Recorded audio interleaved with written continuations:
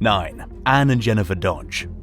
Acting on a tip about possible illegal activity at the home of 55-year-old Anne Dodge and her 30-year-old daughter Jennifer, police in Sarasota, Florida began investigating the pair in 2017. Over a 2-month period, officers carried out several undercover operations at the suspect's residence, where the mother and daughter allegedly ran an illegal massage parlor out of their garage. During one of these operations, Jennifer Dodge offered to perform intimate favors for the undercover in exchange for money. On 2 other occasions, Anne Dodge performed paid massages on undercover officers. According to police, she claimed that she was employed by a massage therapy business, but that she preferred to work from home. Further investigation revealed that she was not a licensed massage therapist. Both Anne and Jennifer were accused of promoting their talents on the now-defunct Backpage website.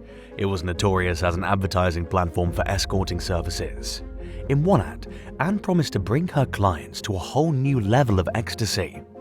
Anne was charged with practicing massage therapy without a license, while Jennifer was hit with a prostitution charge. State records show that Jennifer has a lengthy history of prostitution charges. In 2012, 5 years before her and Anne's 2017 arrest, she was sentenced to a year in prison for her 3rd prostitution conviction. The outcome of the most recent case is unclear. 8. Laura Carroll and Emily Rose Grover. In early 2021, an assistant principal in Escambia County, Florida, and her daughter were accused of rigging Tate High School's homecoming election the previous year. According to prosecutors, 50-year-old Laura Carroll and 17-year-old Emily Rose Grover casted hundreds of fake votes on behalf of students in the school district's online system. Not surprisingly, Grover was named homecoming queen, but her glory was short-lived. At least 117 of the votes were flagged as fraudulent because they came from the same IP address over a short time period. This prompted the Escambia County School District to contact the Florida Department of Law Enforcement with their suspicions of unauthorized access. Less than a month after the homecoming event, state authorities launched an investigation. According to the Department of Law Enforcement, the mother-daughter duo abused Carroll's district-level access to the high school's online platform.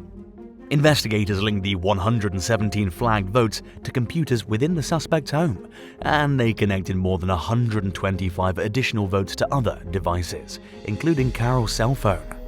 Further records revealed that 339 of the 372 student accounts that Carroll accessed beginning in late 2019 belonged to Tate High School students, even though she worked at one of the district's elementary schools.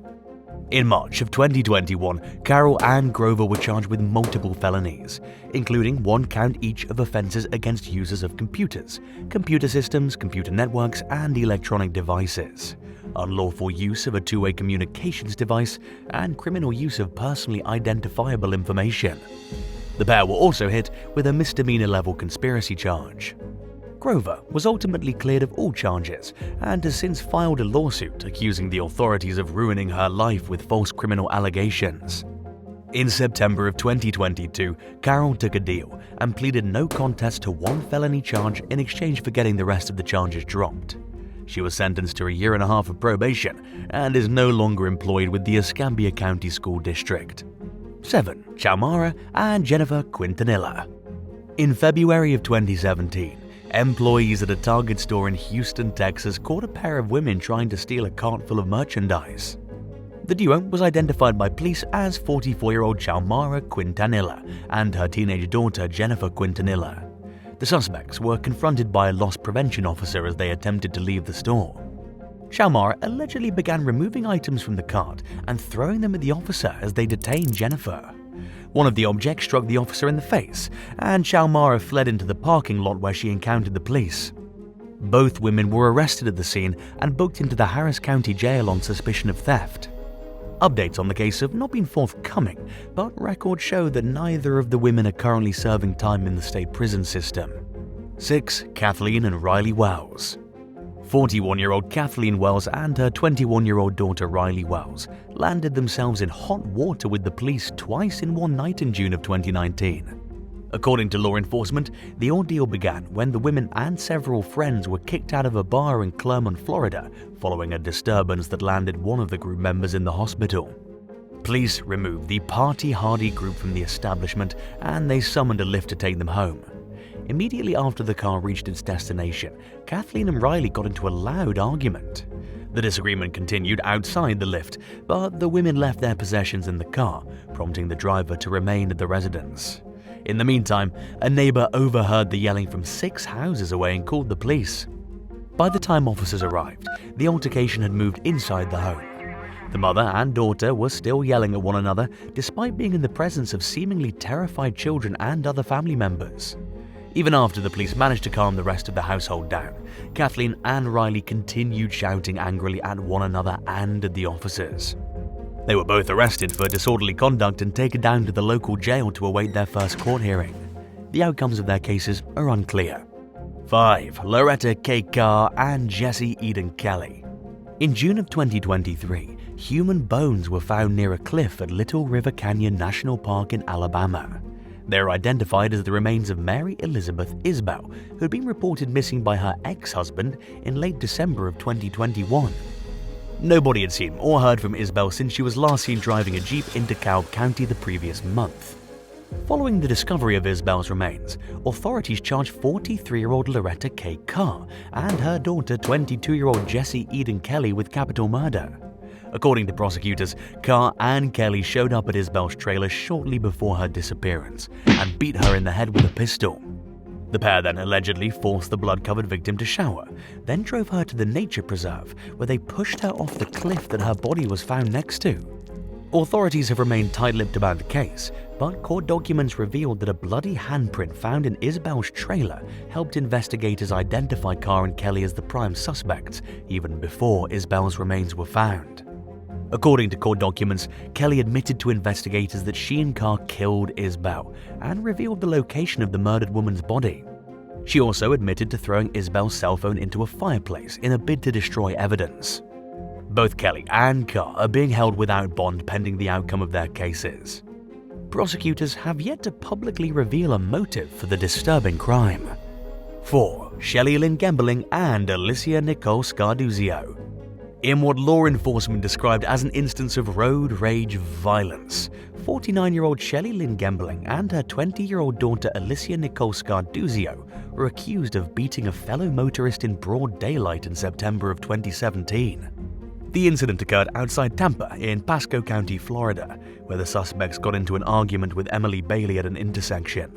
Witnesses reported seeing Gembling and Scardio pulling Bailey through her vehicle window by her hair and neck and punching her repeatedly, breaking her nose and causing her to fall unconscious.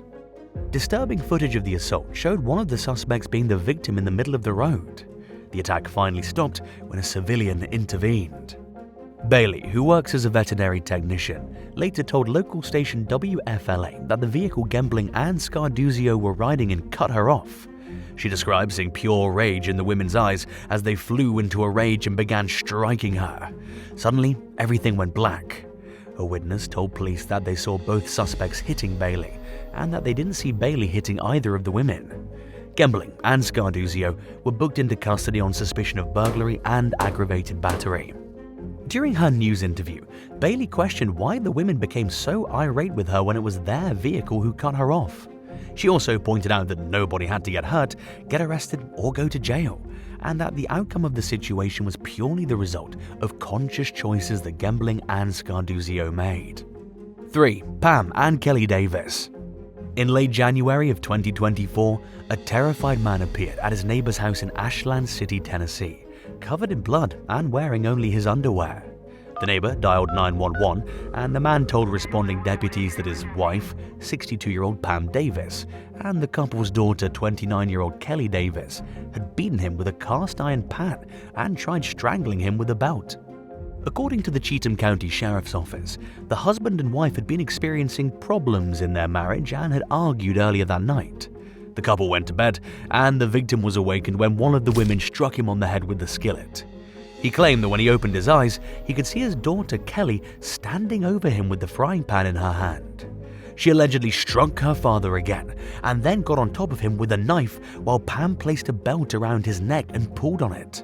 The victim also accused Kelly of threatening to kill him during the attack. Thankfully, he managed to escape and ran to the neighbor, who told deputies that the man showed up fearing for his life. Police body cam footage showed the victim lying on the neighbor's porch with a bleeding head wound. In the video, the man could be heard explaining that he'd asked his wife for a divorce the day before. The footage also showed the suspects covered in blood on the floor of their home.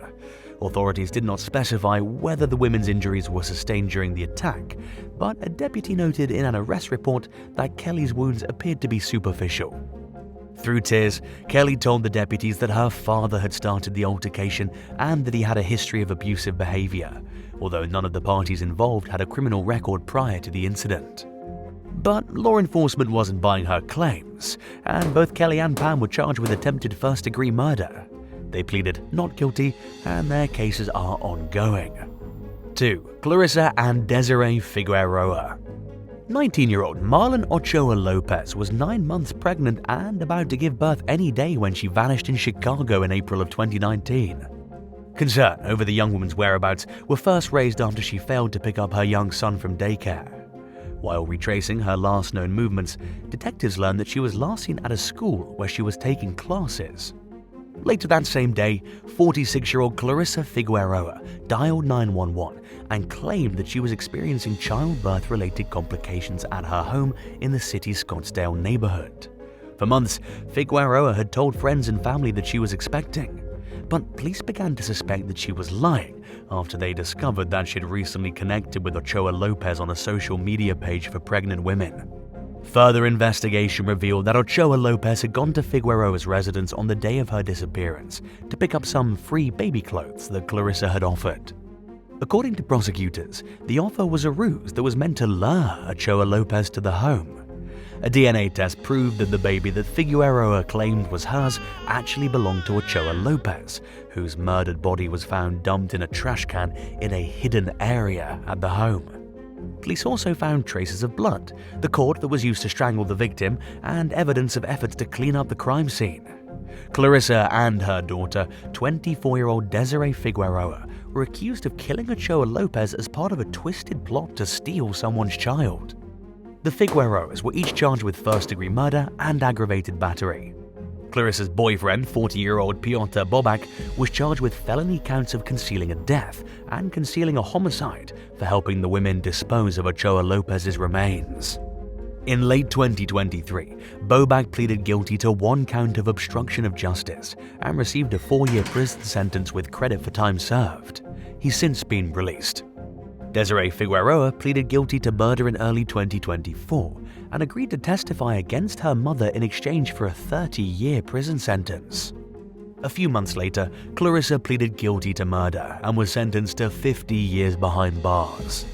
And now for number 1. But if you want to hear more bizarre and crazy stories, stay tuned after the video for some more content. 1. Consuelo and Isabella Dalbo.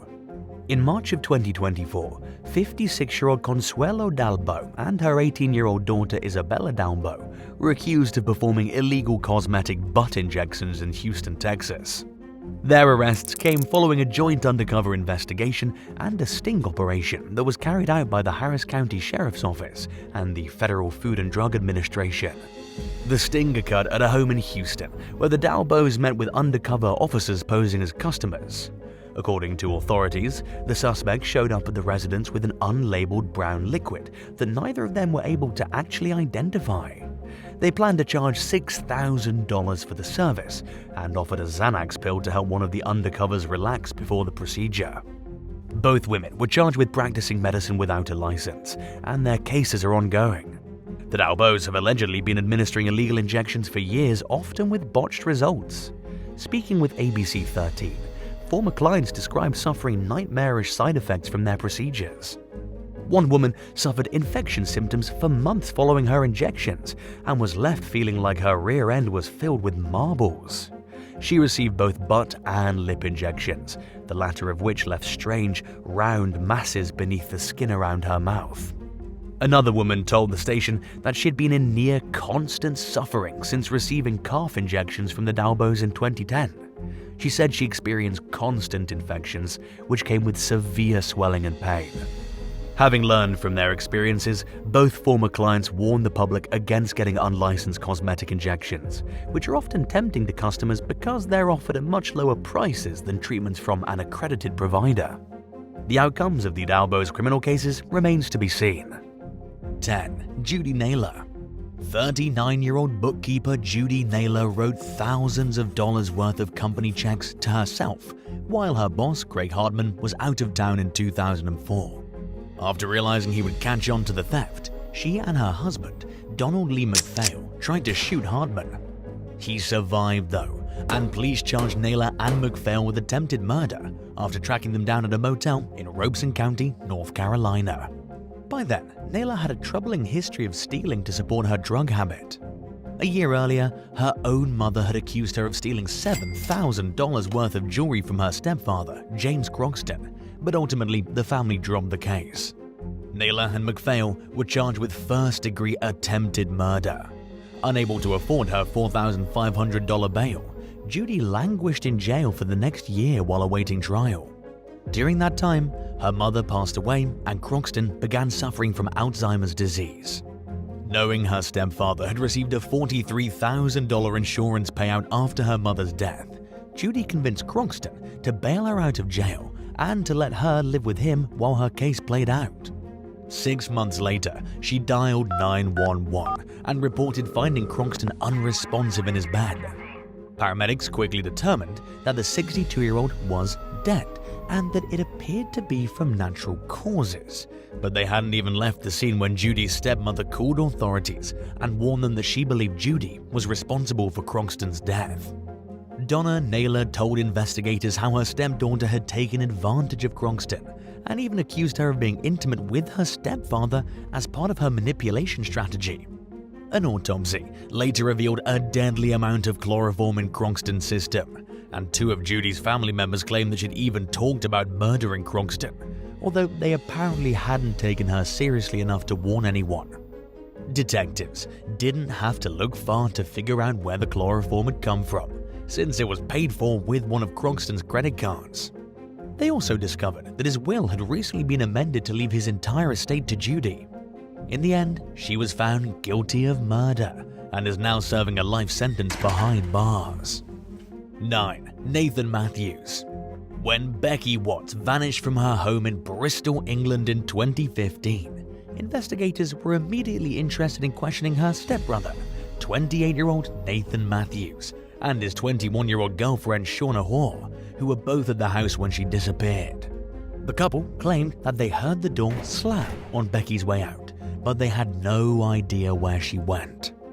Nearly 2 weeks later, authorities found Becky's dismembered remains in a shed belonging to a couple who were friends with Nathan and Shauna.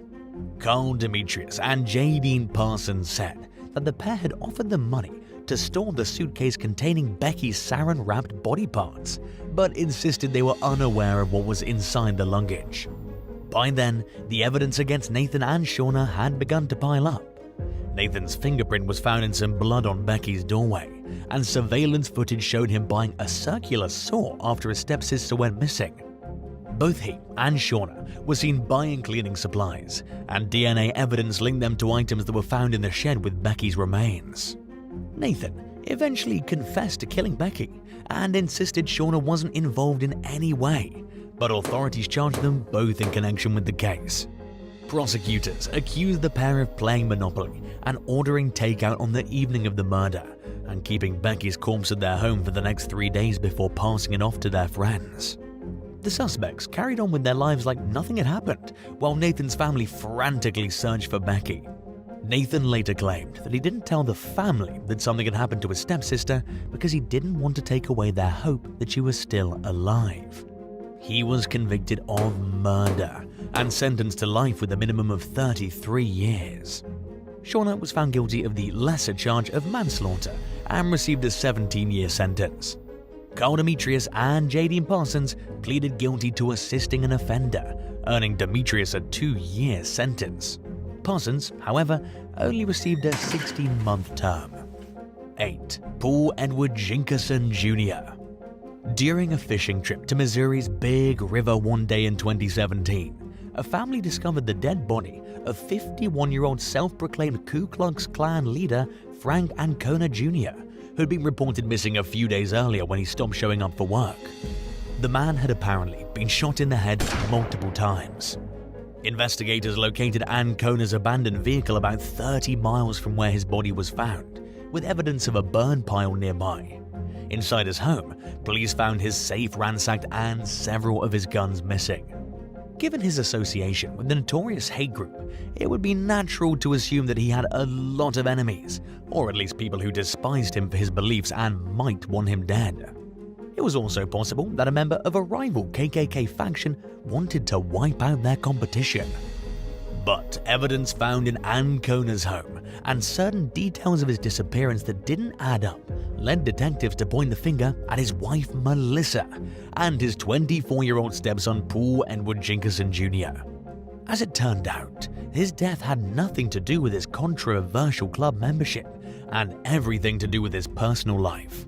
After initially putting the murder on her son, Melissa claimed that Jinkerson had no involvement in the crime and that she was under the influence when she made her initial statement implicating him in the shooting.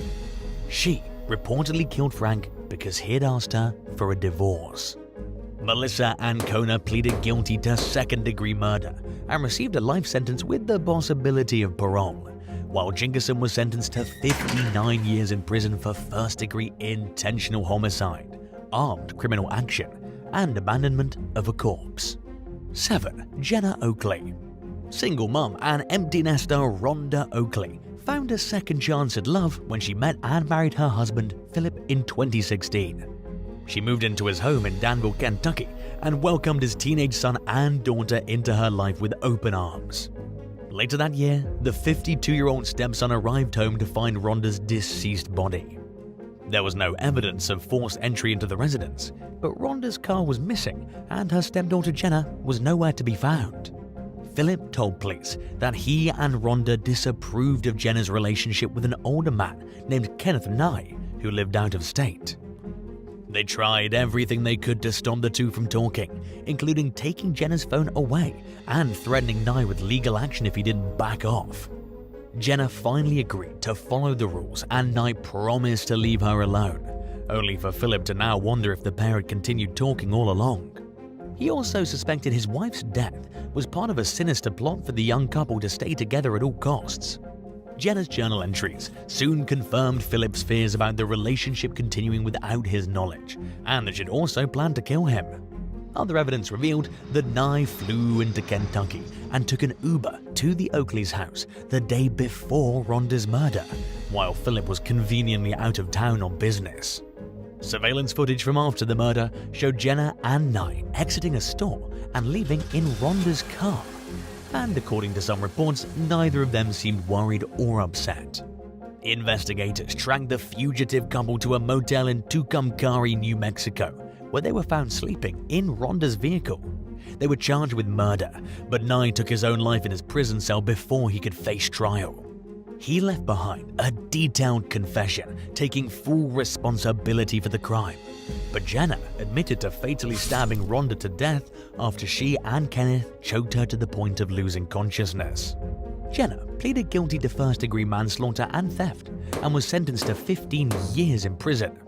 She'll be eligible for parole in 2034, but she won't find a warm welcome with Philip, who's disowned his daughter and wants nothing to do with her after killing the woman he loved. 6. Wesley Hansel. 18-year-old college student A.J. Hansel was folding laundry while spending spring break in her family's home in Norfolk, Virginia in 2015, when, out of the blue, she was kidnapped from the home. Her family discovered laundry strewn all over the room with the radio playing, but there was no sign of A.J. About a month later, her body was found near the North Carolina border, roughly 50 miles from where she vanished. Given the bruising on her face and body, the extremely high amount of heroin in her system, and her complete lack of a history of drug use, led authorities to theorize that someone forcefully caused her to overdose. By then, investigators had already become suspicious of AJ's stepfather, Wesley, who had recently been kicked out of the family home for his drug use and bizarre behavior. In fact, they discovered the young woman's body by following the GPS movements of Wesley's work vehicle. DNA evidence indicated that AJ had been in the van, and surveillance footage put Wesley near the area where her body was dumped. Police also found heroin in his motel room along with a shovel in his vehicle. Authorities finally charged Wesley with murder 3 years after AJ's death. The defense argued that the evidence was circumstantial and that AJ took her own life, but jurors ultimately agreed with the prosecution's stance that there were far too many coincidences for Wesley to be innocent. In the end, he was convicted of murder and sentenced to life in prison. 5. Williams Blankinship and Lane Wutan. In what authorities would later describe as a drug deal gone wrong, 24-year-old Josh Fowler was at home with his stepfather in Bexar County, Texas one day in 2020 when they heard a car pull up outside. They exited the house to find 23-year-old Lane Wutan, his mother 46-year-old Jennifer Blankinship, and his stepfather 59-year-old Williams Blankinship standing in the backyard. Wutan was armed with an AR-15 and the Blankenships each had a handgun, and Williams held 2 clubs. As Fowler tried to wrestle the AR-15 away from Wutan, Williams handed his stepson one of his clubs in his possession. Fowler's stepdad later told police that he heard 2 gunshots right before his stepson collapsed to the ground and began screaming in agony. Jennifer Blankinship allegedly told the stepfather that he'd end up dead if he called the police, and then the suspects fled the scene. Fowler died from his injuries despite doctors' best efforts to save him. The Lone Star Fugitive Task Force tracked Wutan and the Blankenships down at a motel and charged them with first-degree murder. Lane Wutan and Williams Blankenship were tried together and found guilty of murder. The judge sentenced Wutan to 22 years in prison and handed down a 10-year sentence to Blankenship. Jennifer, who chose to have her case tried separately, pleaded guilty to manslaughter and received 20 years behind bars. 4. Todd Jackson and Amberin Nichols. Relatives of 33-year-old Raymond Mark Klein and his 37-year-old wife, Crystal, became concerned when they stopped hearing from the couple in early 2020. At the same time, Raymond's metal scrapping activity stopped, even though that was how he made a living. Family members filed missing persons reports with the Polk County, Florida Sheriff's Office, but there were no immediate breaks in the case. A few weeks later, tipsters told police that the couple's roommate, a 19-year-old woman named Amberin Nicole Nichols, was trying to sell the couple's truck for $200. According to reports, Nichols told some people that the truck's owner had been shot in the head and that she needed to get rid of the vehicle. Another witness accused Nichols' stepfather, 34-year-old Todd Michael Jackson, of shooting the couple in their bed as they slept. Authorities confronted the couple's roommate, who allegedly confessed to her role in the crime, and corroborated the other witnesses' claims about Jackson killing Raymond and Crystal. Witness statements revealed that Jackson removed an air conditioner and pushed the bodies out of the window and onto the lawn. Using a dolly, he wheeled the corpses into a swamp behind the house with the help from Nichols' boyfriend, Larry James Waters Jr. Nichols led investigators to the bodies, and it was clear that the clients had been dead for some time, although the level of decomposition made it difficult to say exactly how long. An autopsy that was performed after the fact confirmed, though, that they'd both been shot. As far as motives go, Jackson reportedly claimed that Klein stole $30,000 from him and decided to get retribution by killing the victims in cold blood. The man was subsequently taken into custody from his home and was charged with 2 counts of first-degree murder. Nichols admitted that she tried to sell the Kleins' truck, and both she and Waters admitted to knowing about the murders and failing to report them. They were each charged with being an accessory after the fact and 2 counts of failing to report a death. Nichols was also hit with an additional charge of dealing in stolen property. For the time being, all 3 suspects remain behind bars without bail. 3. Valyria Smith. 54-year-old Jacqueline Smith was stabbed to death in her car on the streets of Baltimore in 2018. Her husband, Keith, and her 28-year-old stepdaughter, Valyria, told police that a young woman had approached the vehicle with a baby in her arms, asking for spare change. Then, just moments later, a man rushed up and grabbed Jacqueline's purse before plunging a knife into her chest. Afterward, the attacker fled the scene. The horrifying story sparked widespread fear and outrage, even causing Oprah Winfrey to say that she'd think twice before giving money to panhandlers in the future. But homicide investigators were unconvinced by the story Keith and Valyria told them, and as they dug deeper into the case, they found evidence that Jacqueline's husband and stepdaughter knew more than they were letting on, possibly as a way to cover up their involvement. Surveillance footage from the alleged crime scene showed no signs of the Smiths' car being in the area at the time of the murder, although it was seen parked somewhere else for a 15-minute period. Detectives also learned that Keith had asked a friend to help him kill Jacqueline, and that he conducted a Google search about countries Americans can travel to without a passport. Several months after the crime, Keith and Valyria were nabbed just 20 miles from the Mexican border in southern Texas. Keith was convicted of murder and received a life sentence, while Valyria pleaded guilty to acting as an accessory after the fact and was ordered to serve 5 years in prison. 2. Ronnie Rainey. In May of 2013, 911 dispatchers in Prince George's County, Maryland, received a call from a man claiming that he'd killed 2 of his family members and was planning to turn the gun on himself. He said he did it because his wife took everything away from him. Police arrived at the home of 59-year-old Ronnie Rainey to find him barricaded inside. Thankfully, though, they managed to safely coax the former Army medic outside. But inside the house, officers found Ronnie's wife, 50-year-old Army veteran Lisa Rainey, and his stepdaughter, 27-year-old Ariel Chantry Shelton, dead from gunshot wounds. Ronnie had also attempted to shoot his son, but the bullet narrowly missed his head and shot through the brim of his baseball cap. Prosecutors argued that the shooter planned his family's execution in advance because his marriage to Lisa was falling apart and he couldn't bear the thought of her moving on with her life. There was no documented history of abuse in the household, but family members said that there were issues between the couple in the days leading up to the murders. Shortly before the incident, Lisa had called a friend and asked them to check and see if Ronnie's vehicle was at their house. She was reportedly worried about some threats he'd made. The vehicle wasn't in the driveway, so Lisa and Ariel returned home and walked inside, only to get ambushed by gunfire. As it turned out, Ronnie had parked behind the house to avoid having his truck spotted. He pleaded guilty to murder and attempted murder charges, but argued in court that he shouldn't be held criminally responsible because of his mental state at the time. A jury disagreed, and so did the judge, who pointed out that his decision to park his truck behind the house indicated that the murders were premeditated and deliberate. As a result, he was found guilty and received a life sentence. 1. Ian Anselmo.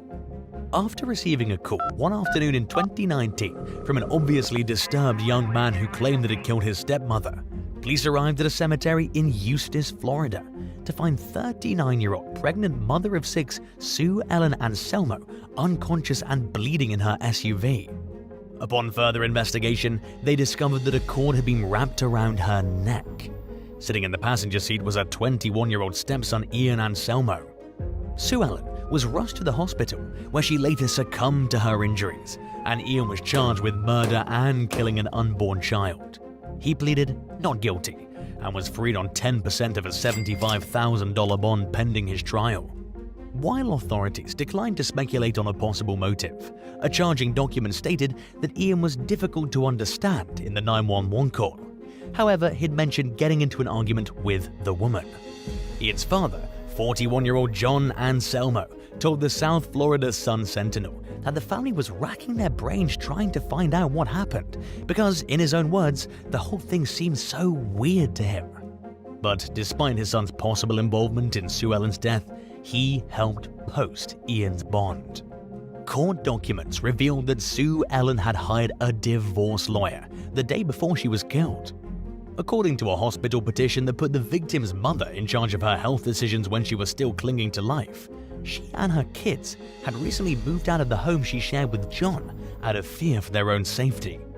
John Anselmo said that the couple had separated about a week earlier after 13 years of marriage, but that he expected them to reconcile. It remains unclear whether their problems played any role in Sue Ellen's death. In late 2021, court filings revealed that Ian Anselmo plans to rely on an insanity defense in court, but at the moment, the case appears to be ongoing.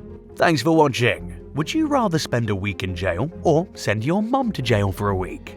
Let us know in the comments and remember to subscribe. See you next time. Bye.